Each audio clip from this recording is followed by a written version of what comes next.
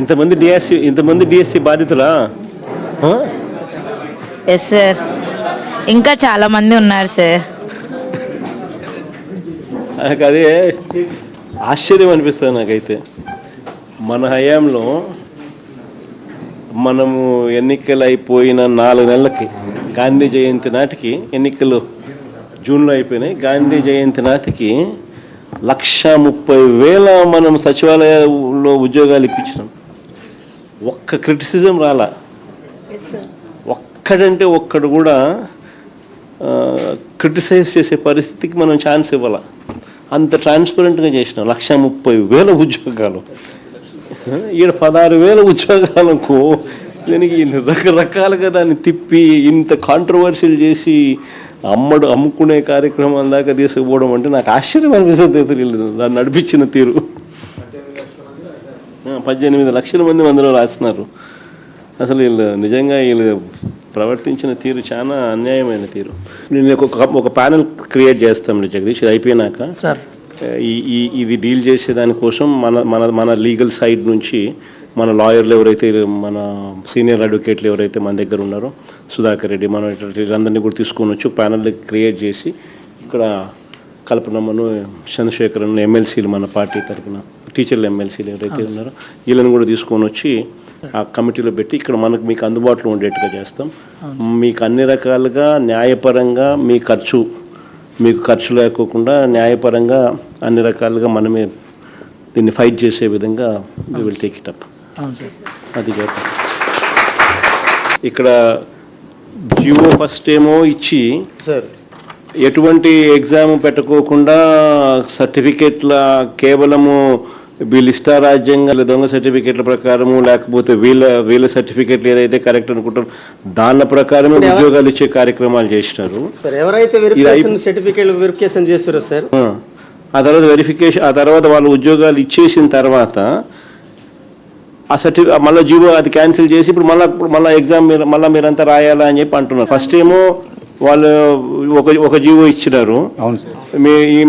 వీళ్ళు ఎలాంటి ఎగ్జామ్కు రాయాల్సిన అవసరం లేదు, వీళ్ళకు ఎగ్జామ్ రాయాల్సిన అవసరం లేకుండా కేవలం వీళ్ళ సర్టిఫికెట్ల ఆధారంగానే మేము అపాయింట్మెంట్ ఇస్తాము అని చెప్పి తర్వాత వాళ్ళు ఇష్టం వచ్చినట్టుగా ఆ కార్యక్రమాన్ని చేసినారు.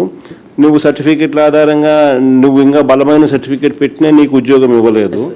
కానీ వాళ్ళు ఇష్టం వచ్చినట్టుగా వాళ్ళు చేసుకున్న తర్వాత వెంటనే ఇంకో జీవో మార్పు చేసేసి ఇప్పుడు మళ్ళీ మీకు కూడా ఎగ్జామ్ మళ్ళీ దీనికి కూడా ఎగ్జామ్ రాస్తేనే, ఎగ్జామ్ పాస్ అయితేనే అని మళ్ళీ తీసుకొచ్చినారు. ఎవరికి మెయిల్ చేసేందుకు ఫస్ట్ జీవో తీసుకొచ్చినారు. తర్వాత ఎవరికి మళ్ళీ వాళ్ళ పని అయిపోయిన తర్వాత మళ్ళీ వెంటనే గేట్ ఎత్తినారు. మళ్ళీ పని అయిపోయిన తర్వాత మళ్ళీ గేట్ మూసినారు. At the end of the day ఒకటి గుర్తుపెట్టుకోవాల్సింది ఏంటంటే, ఎవరైతే ఎలిజిబుల్గా ఇప్పుడైతే బాధితులుగా ఎవరైతే ఉన్నామో కోర్టులకు తలుపులు తట్టే కార్యక్రమం చేస్తూ ఉన్నాము. అన్ని రకాలుగా మీ న్యాయ సహాయము, న్యాయ పోరాటం మీతో పాటు కలిసికట్టుగా వైఎస్ఆర్ కాంగ్రెస్ పార్టీ తరఫున లీగల్ సెల్ మొత్తం మీకు అండగా ఉండి నడిపిస్తుంది. We will all stand by you. ఇది ఒకటే కాదు, రేపొద్దున అన్యాయం జరిగింది అని అంటే మాత్రం మన ప్రభుత్వం వచ్చిన తర్వాత ఒకసారి దీని మీద ఒకసారి రీఎంక్వైరీ చేద్దాం. Don't worry, we'll demand for an enquiry తల్లి, we'll demand for CBI enquiry. In fact వీళ్ళు పొరపాటున ఏ రకంగా చేయకపోయినా కూడా నాట్ ఓన్లీ ఇప్పుడు ప్రస్తుతానికి నేను చెప్తా ఉన్నాను, ఈ కోర్ట్స్ అనేది ఆశ్రయిస్తూ ఉన్నాం అనేది one part of the story. Matter of only time. కొంచెం ఓపిక పట్టు. ఏడిచినందువల్ల సాధించేది ఏం లేదు, ధైర్యం కోల్పోవడం వల్ల మనం సాధించేది ఏం లేదు. ధైర్యంగా ఉండండి. Matter of only time. 3 ఏళ్ళు కళ్ళు మూసుకుంటే కళ్ళు అయిపోతుంది. మనం వచ్చిన తర్వాత ఎగ్జాక్ట్లీ ఎవరెవరైతే ఈ రకంగా బాధితులుగా ఉన్నారో మీ స్పెసిఫిక్ కేసెస్ మీదనే ఒక ప్రత్యేక కమిషన్ వేసి ఎంక్వైరీ చేపిస్తాం. నేను చెప్తా ఉన్నాను కదా, ఎక్కడ కూడా అన్యాయం అనేది ఎవరికి జరిగినా కూడా we will repair the system. We will ensure that everybody is posted back. బాధపడితే సాధించేది ఏమైనా గుర్తుపెట్టుకో. ఈ మనం పోరాటం చేస్తేనే మన సమస్య అనేది హైలైట్ అవుతుంది, అందరి దృష్టికి వెళ్తుంది, న్యాయం అనేది జరుగుతుంది. న్యాయం అనేది కూడా మనం పోరాటం చేయకపోతే జరగదు. It can only be justice can only be delayed, it cannot be denied. అది ఒక్కటి ఖచ్చితంగా గుర్తుపెట్టుకో, దేవుడు ఎప్పుడైనా కూడా మనకు తోడుగా ఉంటాడు. Don't worry about it. God will help us, God will guide us.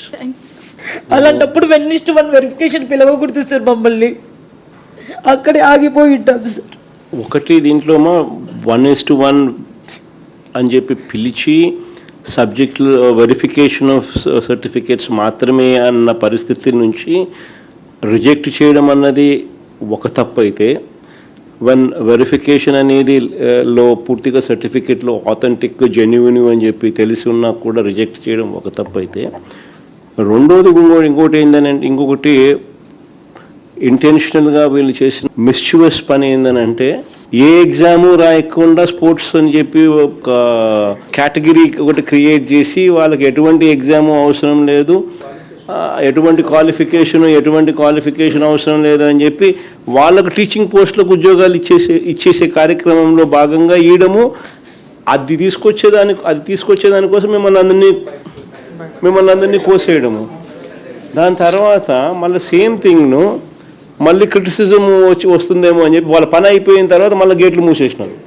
మళ్ళీ కొత్త ఇంకో జీవో ఇచ్చి లేదు ఇప్పుడు ఖచ్చితంగా వీళ్ళు కూడా ఎగ్జామ్ రాయాల్సిందే అని చెప్పి వాళ్ళకు మాత్రం వర్తించదంట, ఇక మీదట మాత్రం ఎవరికైనా కానీ వర్తిస్తుందట అని చెప్పి తీసిన. అంటే దాని అర్థం ఏంది, వాళ్ళందరితో వీళ్ళు మాట్లాడుకొని వీళ్ళు ప్రలోభాలకు రకరకాల ప్రలోభాలతో తీసుకున్న తర్వాతనే జరిగింది. అది ఇంకొక ఫ్లా. 3 months బయటికి రాలేకపోయాం సార్. అసలుకి చాలా సఫర్ అయ్యాం సార్. నాతో పాటు మా పేరెంట్స్ కూడా సఫర్ అయ్యారు సార్. ధైర్యంగా పడతారు. చూడండి మరి ఎన్ని ఏం కావాలి ఇంతకన్నా. 1998 బ్యాచ్ ఎప్పుడు చెప్పు, దాంట్లో మా బాబాయ్ కూడా ఉన్నాడు సార్. 98 డిఎస్సి అట్లాంటి వాళ్ళకి న్యాయం చేసినామంట.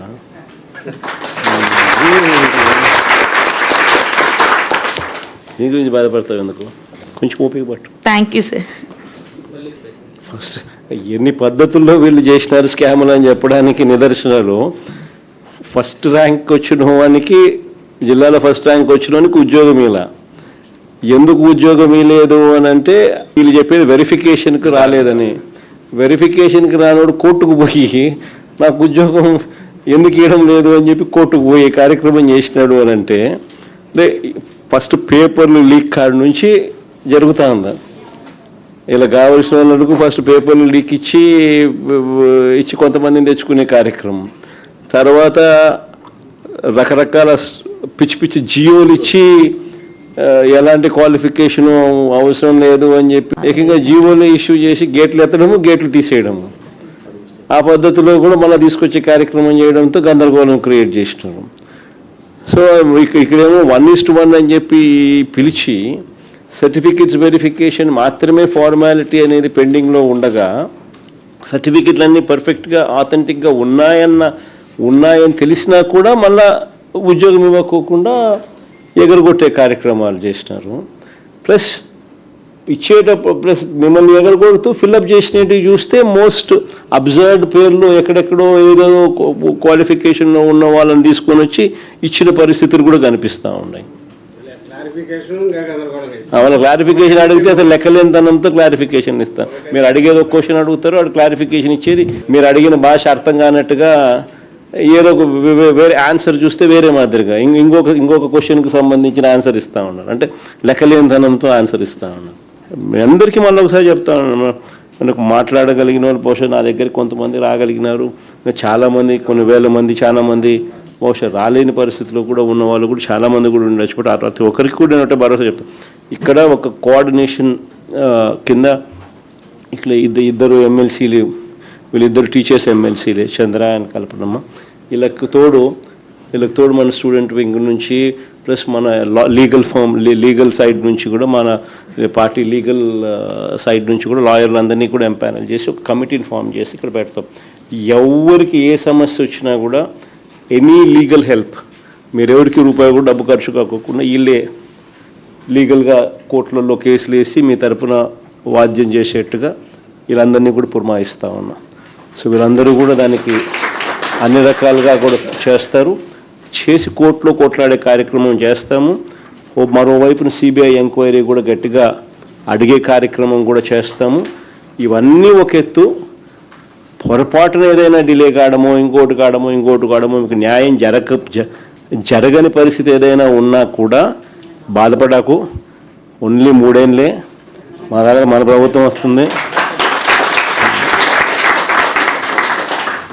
వచ్చిన వెంటనే ఒక కమిటీ వేస్తాము, మీ అన్ని కేసెస్ దానికి రెఫర్ చేస్తాము, చేసి ప్రతి ఒక్కరికి కూడా న్యాయం జరిగేట్టుగా 98 బ్యాచ్ ఏ రకంగా న్యాయం జరిగిందో మీ అందరికీ కూడా మళ్ళీ ఖచ్చితంగా అర్హత ఉన్న ప్రతి ఒక్కరికి కూడా మీ అందరికీ న్యాయం జరిగేట్టుగా కూడా చేస్తాం. అది కూడా గుర్తుపెట్టుకోండి. అది అట్టాగు జరుగుతుంది 3 ఏళ్ళ తర్వాత. ఈ లోపల మనం చేసే పోరాటం కూడా ఆగకుండా కోర్టుల ద్వారాను సిబిఐ ఎంక్వైరీ డిమాండ్ చేస్తూ ఇవన్నీ కూడా చేస్తూ మనం చేసేటివన్నీ కూడా చేస్తూ పోతాం. సో 2 కూడా చేస్తాం. అందరికీ కూడా ఒకటే అష్యూరెన్స్ ఇస్తాను. ఇంతకుముందు నేను చెప్పినట్టుగానే కొంచెం ఓపిక పట్టండి. పోరాడితేనే మనం సాధించుకోగలుగుతాం. ఆ విషయంలో 4 అడుగులు ముందుకేస్తాం. ఖచ్చితంగా పోరాడుతూ ఉన్నారు. అన్ని రకాలుగా సహాయ సహకారాలు నా తరపు నుంచి కూడా అన్నీ ఉంటాయి.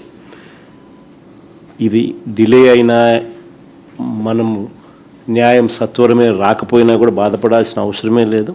కన్ను మూసుకుని కన్ను తెరిచేసరికి 3 ఏళ్ళు అయిపోతుంది.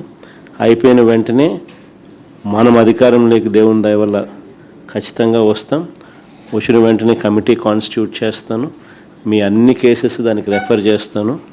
1:1 కింద పిలిచి వెరిఫికేషన్ ఆఫ్ డాక్యుమెంట్స్ మాత్రమే పెండింగ్లో ఉన్న పరిస్థితుల్లో మీ అందరికీ కూడా జెన్యున్ డాక్యుమెంట్స్, ఆథెంటిక్ డాక్యుమెంట్స్ ఉన్న పరిస్థితి ఉన్న నేపథ్యంలో ఉన్న వాళ్ళందరికీ కూడా ఖచ్చితంగా జరిగించాల్సింది జరగాల.